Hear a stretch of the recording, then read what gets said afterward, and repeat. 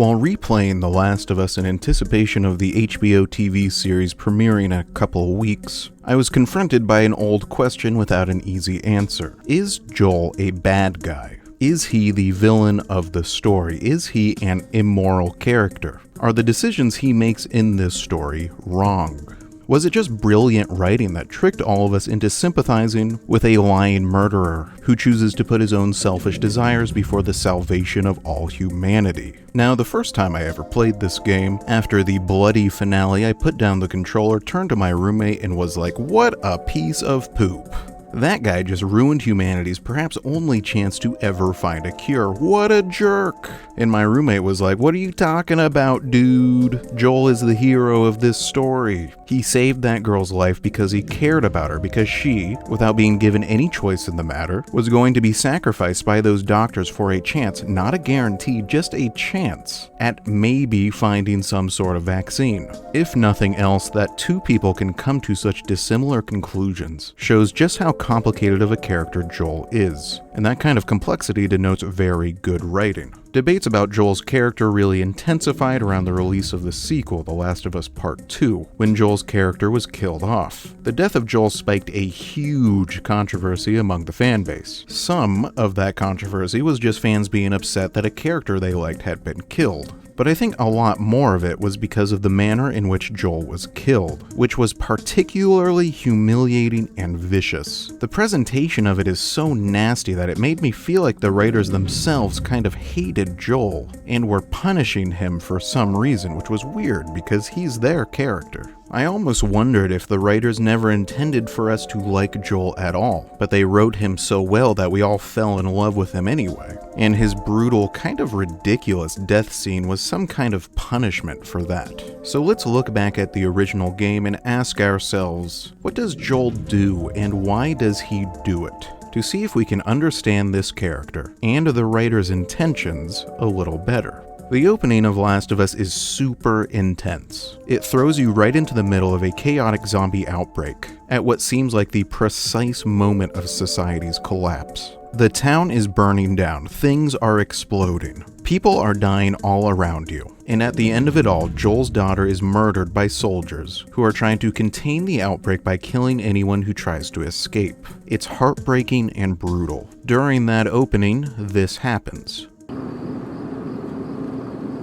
See what they need. What do you think you're doing? Keep driving. I got a kid, Joe. So do we. But we have room. Keep driving, Tommy. Stop! You see what I see. Someone else will come along. You should have helped him. Here we see Joel escaping from the outbreak with his brother and daughter. They pass by a family in need of help. Both his brother and daughter want to help, but Joel says no. This is the defining moment for Joel's character. If you understand this decision he makes at the very beginning of the story, then you basically understand every major decision he makes for the rest of the game. I don't think you can say that Joel's decision to not stop and help that family is objectively either right or wrong. He could choose to help them, and that would be kind and generous of him, but also perhaps foolish, even dangerous. He chooses instead to put his family's safety and well-being first. He chooses to ensure their safety at the expense of helping someone else. Again, I don't think you can call this wrong, but you can call it selfish. Now, that's not a condemnation. This kind of selfishness, choosing your family's well-being over that of a group of random strangers on the street, is a very understandable form of selfishness, a socially acceptable form of selfishness, even a socially encouraged form of selfishness, but it is still selfish. The generous thing to do would be to help them, but Joel is not a generous character, not with anyone except his closest family, who he will do anything for. In every situation, every dilemma, every crisis, Joel is going to choose his family over everything else, over everyone else, no matter who they are, no matter how many they are, no matter how innocent they are. After the opening and his daughter's death, the plot fast forwards 20 years. In the new present, Joel is a cynical nihilist who seems to care about nothing and no one besides his own personal survival, and maybe his partner Tess. We learn bits and pieces of what he was up to during that 20-year interval, and it all sounds pretty bad. After Joel and Ellie are ambushed by a group of murderers, Joel admits that he has ambushed others the same way. When asked by Ellie if he's killed innocent people, he refuses to answer. His brother Tommy describes those intervening years as a nightmare, and says that the things they did to survive were not worth it. So yeah, Joel is a murderer. He's killed innocent people. He's done terrible things in order to survive. We don't see those actions ourselves, so we can't really judge how justified or unjustified they might have been, but someone who was there, his brother Tommy, says whatever terrible things he did were not worth it. But again, we don't see it ourselves, so we have no idea. I'm much more interested in the choices we do get to see him make, because those are choices we can judge and understand. The cynical and nihilistic Joel embarks on a grand Homeric journey across the beautiful but apocalyptic American landscape with the plucky teenage Ellie to deliver her and her apparent immunity to the zombie virus to the Fireflies, a group of optimistic revolutionaries who will use that immunity to craft a cure to the zombie disease and save humanity. The stakes are pretty high. Over the course of that journey, Joel and Ellie grow closer. Joel learns how to care for someone again, regains a sense of purpose and meaning in his life through family, essentially becomes human again, while Ellie gets a family, gets to feel safe, gets to no longer be alone. It's a really heartwarming and touching story. Both of these characters feel so authentic and real. Their emotions are so human. Their interactions are ugly and then progressively more and more beautiful, and you care so much for both of them by the end. It is masterful writing, some of the best in any video game anywhere. And in this analysis, I'm going to skip right past almost all of it. I'm going to do another video essay later, where I dig into this journey and exactly how and why Joel and Ellie come together, and why they choose to stay together and what that choice means. But for now, I just want to stay focused on Joel's character and the decisions he makes. So during that journey, Joel and Ellie meet Henry and Sam, a fellow pair of survivors who are also looking for the Fireflies. Henry is a foil to Joel. Henry cares more about taking care of his little brother Sam than he cares about anything else in the world, just as Joel eventually cares more about Ellie than anything else. While trying to escape from some murderers in Pittsburgh, this happens. Shit! Hurry! Hurry! Get locked! Ellie!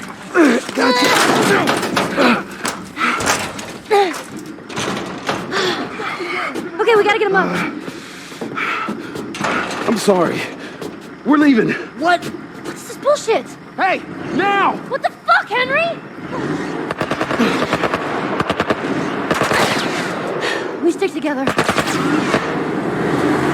Joel needs help, and Henry chooses the safety of his little brother over trying to help Joel. This is the exact same choice that Joel made when he refused to stop for that family that needed help in the opening. Now he and the player along with him gets to feel what it's like to be on the other end of that choice, and it feels pretty poopy. It is a betrayal. It's an understandable choice, maybe even the right choice, but it's still a selfish choice. So how does Joel react? Surely, since he himself made this choice in the past, he'll totally understand Henry's reasoning, right? Nope. He gets pissed off and almost kills Henry, because when he's the one on the receiving end of that selfish choice, when someone else is choosing their loved ones over his safety, then he can feel just how poopy and terrible it is, however justified, and he's mad about it. Fast forward again when Ellie is kidnapped by a group of cannibals, and their probably pedophilic leader. This is David.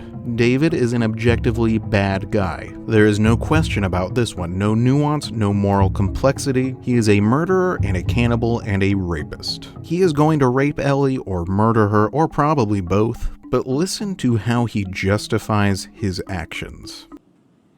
You're a fucking animal. It's awfully quick to judgment. Considering you and your friend killed how many men?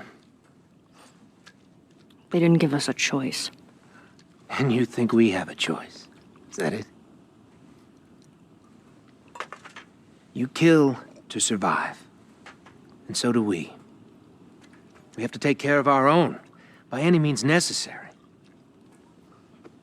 We have to take care of our own by any means necessary. This justification should sound really familiar, because it is identical to the justification for Joel's actions in the finale of the game. The fact that these words are dripping from the lips of a cannibalistic, pedophilic, murdering rapist should really make us all question whether or not we can still justify Joel's actions in the same ways. In the very least, the writers are asking us this question. If it's wrong when the cannibal does it, is it also wrong when Joel does it? Or in the reverse? If we're fine with what Joel does in the end, should we also be fine with this guy chopping up Ellie into little meaty pieces and feeding her to the people he cares about so they can continue to survive?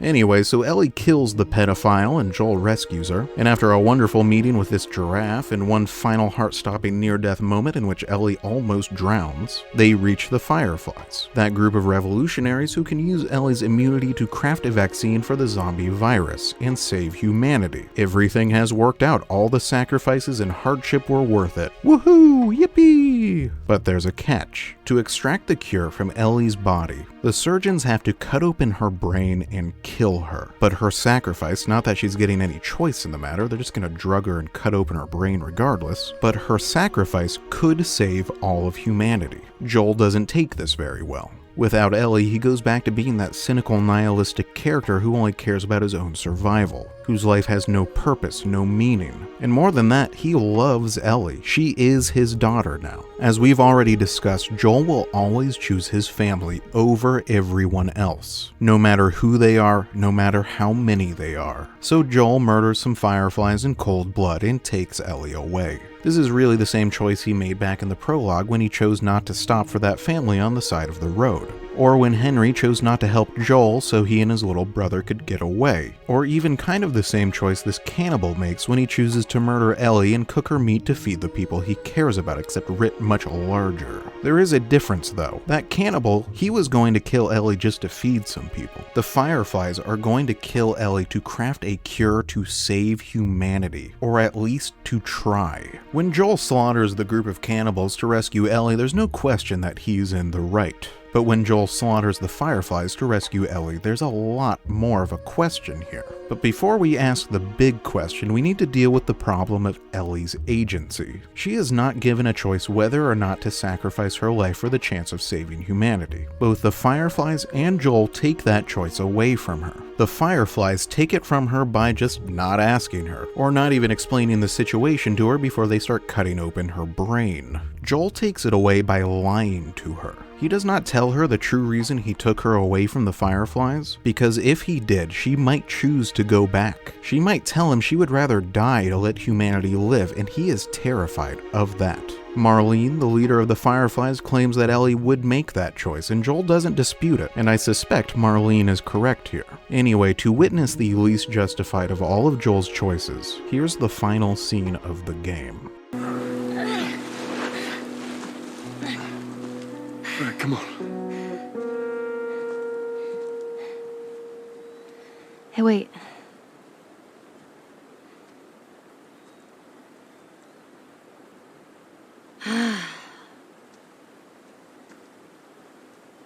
Back in Boston, back when I was bitten, I wasn't alone. My best friend was there. And she got bit too. We didn't know what to do. So, she says, let's just wait it out. You know, we can be all poetic and just lose our minds together. I'm still waiting for my turn. Ellie. Her name was Riley, and she was the first to die. And then it was Tess. And then Sam. None of that is on you. Oh, you don't understand. I struggled for a long time with surviving. And you... No matter what, you keep finding something to fight for. Now, I know that's not what you want to hear right now. Swear to me. Swear to me that everything that you've said about the Fireflies is true. swear.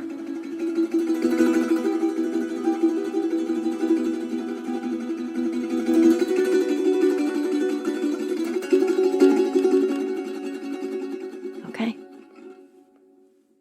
This scene is really brutal. It's really, really rough. So what Ellie is saying here is that she wanted to die back then with her best friend. She didn't want to live past that moment. She didn't want to live in a world without that person. Ever since, she's been waiting for her turn to die. With the Fireflies as that sacrifice, maybe her death could have meant something. And then what Joel says at the very end feels to me almost worse than the murders of the Fireflies. She asks him a direct question, and he lies to her, lies right to her face. You can justify that Joel killed those people to save someone he cared about. Those people didn't mean anything to him, and they don't mean anything to us either. We, the players, the audience, we care about Ellie too. We don't want her to die. We can justify him killing characters we don't know anything about to save a character we do care about. But how do we justify him lying right to her face like this? This is a betrayal. This is him breaking her trust. And why does he do it? Because he's terrified that she will hate him for what he's done, that she'll go back, that she will choose to sacrifice herself. He can't handle that. He needs her. Joel needs her to need him. So back to the big question, the whole point of this essay. Is Joel the bad guy? Is he the villain of the story? Is he an immoral character? Are the decisions he makes in this story wrong? Was it just brilliant writing that tricked all of us into sympathizing with a lying murderer who chooses to put his own selfish desires before both the salvation of all humanity and the trust his adopted daughter placed in him? I think so. I think he might be a piece of crap, guys. The thing is I could almost justify the murders. Like, I mean, come on, what would a father do to save his daughter? This, obviously, but it's the lying that gets me. The way he just lies right to her face. And we know he is going to keep lying. He has to live this lie. He has to turn the rest of her life into a lie. He has to take that agency away from her because he cannot stand to let her make her own choice. It's fucked up. I think at the end of the day, Joel's character is the embodiment of the selfishness of love. He loves Ellie. He really, really cares for her. And that care leads him to commit a series of incredibly selfish acts, for which I think there is no possible atonement.